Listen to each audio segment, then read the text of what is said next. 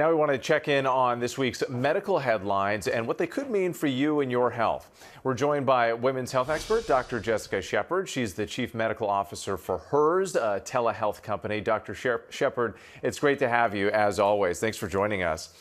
So let's start with that news of the well-known talent manager, singer Kelly Clarkson's former husband, Brandon Blackstock. He passed away after a long battle with melanoma. He was only 48 years old. What do people need to know about this especially lethal form of skin cancer? Yeah, skin cancer in general, and just hearing, about the temperatures that are going on in the entire country. This is something that can be prevented when we think of skin cancer because it's our largest organ.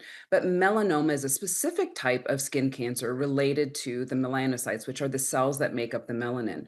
So this is a particularly kind of not dangerous, but it is can be a lethal form of skin cancer because when you have, say, 5 or more sunburns or a lot of exposure to the sun, that really doubles your risk for melanoma. So there are a lot of different types of melanoma, but the most important part of addressing any type of skin cancer is prevention and being vigilant about that sun exposure. Obviously, with how we know that melanoma can be deadly and lethal, it's important that we understand the risk factors, which include tanning or maybe a family history or not doing skin checks and wearing the appropriate protection.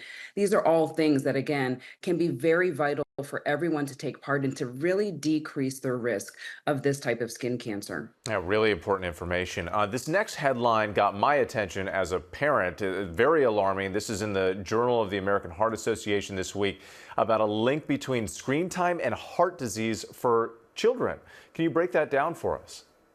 Yeah, this is a first time, or not a first time, that we have seen a study that is actually linking screen time to a physical form of a disease. Now, typically, when we think of screen time, we also see that there's emotional issues, or maybe skill issues, or school issues, attention issues. But this particular study was looking at the associated increase of risk of cardiometabolic disease linked to actual screen time. So that excess screen time is something that goes to more attention focused on a device, getting less sleep. And we know that sleep actually has a very strict or a complication or an implication with these cardiovascular diseases. So it's important that we pay attention to our children, how much screen time they're actually getting, but linking it to an actual physical manifestation of disease was very telling in that we have to do a better job with screen time.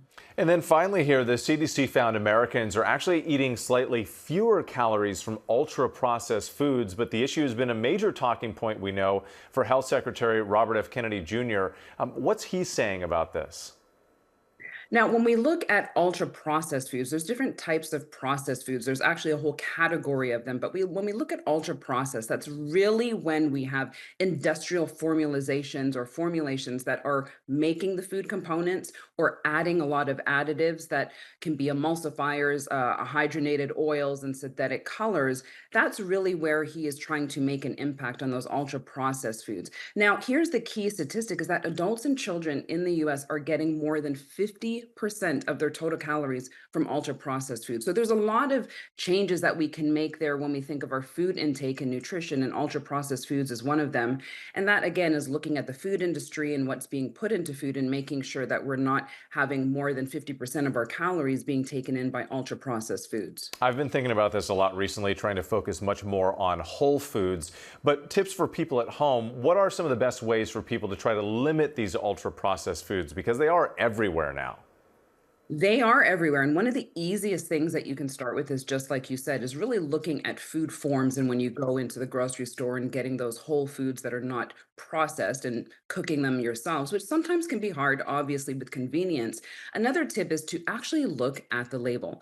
The more that there is on the label and the longer the list is, or the amount of syllables that are in an actual name that's on that list, that is when you can also look at alternatives or find another source and how to get your food. I love that. Checking for the syllables. As the longer the syllable, the more we could have a problem. Dr. Shepard, Yeah. thank you so much for your time. We appreciate it. Thank you.